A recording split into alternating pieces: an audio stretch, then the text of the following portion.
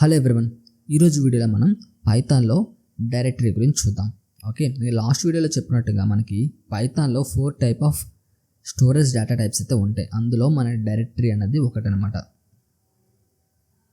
అందులో మనకి డిక్షనరీ అనేది ఒక టైప్ ఆఫ్ డేటా టైప్ అనమాట. ఓకే, అయితే ఇప్పుడు నార్మల్గా మనకి డిక్షనరీ సింటాక్స్ ఎలా ఉంటుంది అంటే సింటాక్స్ అనేది మనకి ఇలా ఉంటుంది. ఫర్ ఎగ్జాంపుల్ వేరియబుల్ మనకి ఏ అనే వేరియబుల్ ఉంది, ఏకి డిక్షనరీ ఈ విధంగా ఫ్లవర్ బ్రాకెట్స్తో మనకి ఉంటుంది అనమాట. ఈ డిక్షనరీలో మనకి ఒక కీ ఒక వాల్యూ ఉంటుంది అనమాట. ఫర్ కీ ఎగ్జాంపుల్ నా నేమ్ అనుకుందాం, బాలాజీ. ఓకే, ఇదొక కీ అనమాట. వాల్యూ అనేది మేబీ నా ఏజ్ అవ్వచ్చు, ఏజ్ 21 years. ఓకే, సో ఇదొక డిక్షనరీ.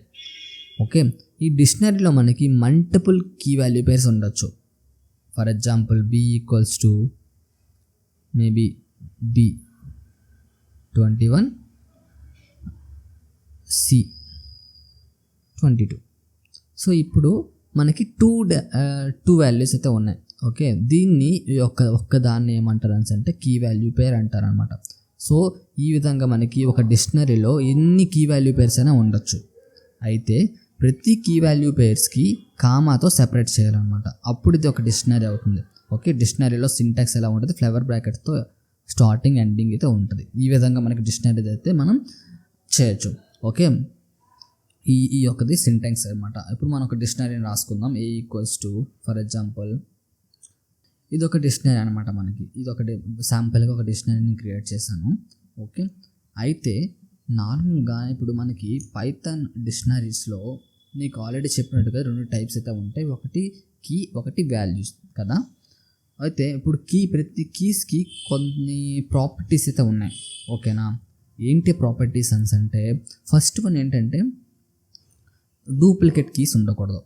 ఫర్ ఎగ్జాంపుల్ ఇక్కడ నాకు ఏ అనే కీ ఉంది. ఓకే, మళ్ళీ ఏ అనే కీ ఉందన్నప్పుడు ఏమవుతుంది అంటే ఈ యొక్క ఏ యొక్క వాల్యూ అనేది ఈ యొక్క ఏకి అప్డేట్ అయిపోతుంది. ఫర్ ఎగ్జాంపుల్ ఇప్పుడు ఏ ఈక్వల్స్ టు 21 ఉంది. ఇప్పుడు మళ్ళీ నేను ఏ ఈక్వల్స్ టు సేమ్ కీ ఇచ్చాను. ఓకే, సో మళ్ళీ నేను సేమ్ కీ ఇచ్చినప్పుడు ఏమవుతుంది అంటే చూడండి ఏమవుతుందో మీరే చూడండి. Okay, let me print it.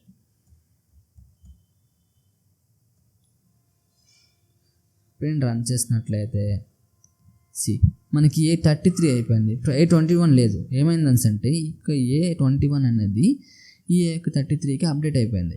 So ఈ విధంగా మనకి 2 keys okay same type of keys ఉన్నాయని అంటే అప్పుడు ఏమవుతుందంటే అది అప్డేట్ అయిపోతుంది. బట్ ఇంకో విషయం ఏంటంటే కీస్ అనేవి చాలా కేస్ సెన్సిటివ్ అనమాట. ఓకే, ఇప్పుడు ఈ యొక్క ఏ కానీ క్యాపిటల్ ఏ ఉన్నా సరే ఏమవుతుందని అంటే అప్డేట్ అవ్వదు. ఎందుకంటే నార్మల్గా ఇవి కేస్ సెన్సిటివ్ కాబట్టి ఈ క్యాపిటల్ ఏ డిఫరెంట్, 2 డిఫరెంట్ ఈ డిక్షనరీలో. ఇప్పుడు ఈ క్యాపిటల్ ఏ అనేది ఈ విధంగా. ఈ యొక్క విషయం మీరు బాగా గుర్తుపెట్టుకోవాలి. కీస్ అనేవి చాలా కేస్ సెన్సిటివ్ అనమాట. అండ్ నెక్స్ట్ విషయం ఏంటంటే డిక్షనరీస్లో కీస్ అనేవి ఇన్మ్యూటబుల్ అనమాట. అంటే కీస్ అనేవి మనకి టప్పులు ఉండొచ్చు, లేదా నెంబర్స్ ఉండొచ్చు, లేదా స్ట్రింగ్స్ ఉండొచ్చు అనమాట. బట్ ఈ యొక్క వాల్యూస్ అనేవి మనకి ఏమైనా ఉండొచ్చు. మేబీ లిస్ట్ ఉండొచ్చు, మళ్ళీ ఈ యొక్క కీకి ఈ వాల్యూ అనేది డిక్షనరీ ఉండొచ్చు, లేదంటే మల్టిపుల్ నెస్టెడ్ లూప్ ఉండొచ్చు. ఓకే, నెస్టెడ్ లిస్ట్ ఉండొచ్చు, నెస్టెడ్ ఏమైనా సరే ఉండొచ్చు అనమాట. ఎనీ డేటా టైప్ అయితే ఉండొచ్చు వాల్యూస్ మాత్రం. బట్ ఈ యొక్క కీస్ మాత్రం స్ట్రింగ్స్ కానీ నెంబర్స్ కానీ టపుల్స్ కానీ ఉండాలి. ఓకే, ఇదొక 3 ప్రాపర్టీస్ అయితే మనకి కీస్ పైథాన్ డిక్షనరీ కీస్కి అయితే ఉన్నాయన్నమాట. ఇప్పుడు ఏం చేద్దాం అంటే మనం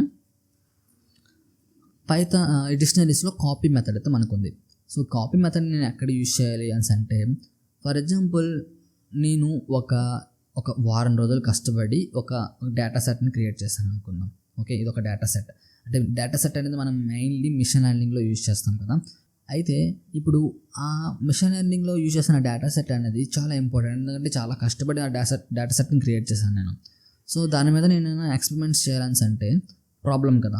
ఫర్ ఎగ్జాంపుల్ ఇది ఒక డేటా సెట్ నేను కష్టపడి తయారు చేశాను అనుకుందాం. ఓకే, ఇప్పుడు నేను ఈ యొక్క డేటా సెట్ మీద నేను for example b equals to a అని చెప్పి ఈ బి మీద ఎక్స్పెరిమెంట్లు చేశాను అనుకో, అప్పుడు ఏమవుతుంది అంటే ఈ యొక్క ఏ అనేది మారిపోతుంది.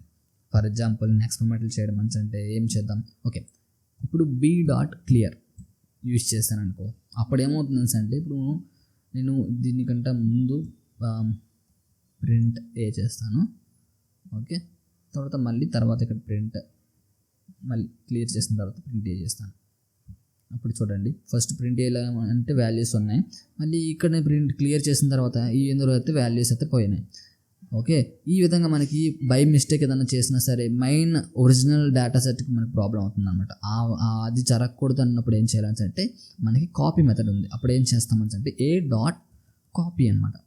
ఏ డాట్ కాపీ యూజ్ చేసినప్పుడు ఏమవుతుందని అంటే ఈ యొక్క మొత్తం డిక్షనరీ అనేది కాపీ అయ్యి ఈ యొక్క వాల్యూ బీకి అయితే మనకి అవుతుంది, అసైన్ అవుతుంది అనమాట. ఇప్పుడు ఫర్ ఎగ్జాంపుల్ నేను బీ డాట్ క్లియర్ కాకుండా బీ డాట్ క్లియర్ కంటే ముందు నేను ప్రింట్ బీ చేస్తాను.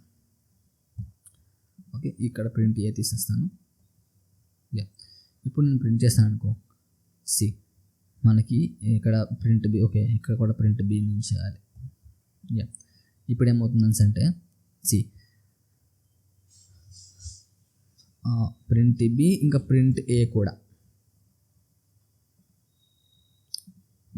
ఇప్పుడు నేను ప్రింట్ చేసినప్పుడు చూడండి ఫస్ట్ ప్రింట్ బి అయింది, కాపీ అయిన వాల్యూ ప్రింట్ అయింది, తర్వాత మళ్ళీ బీలో క్లియర్ చేసిన తర్వాత బీలో వాల్యూస్ అంతా క్లియర్ అయిపోయింది, బట్ ఏలో వాల్యూస్ మాత్రం ఉన్నాయి. సో ఈ విధంగా మనకి మెయిన్ ఒరిజినల్ డేటా డైరెక్టరీ ఏం అవ్వకూడదు, డిక్షనరీ అవ్వకూడదు, బట్ ప్రాబ్లం రాకూడదు.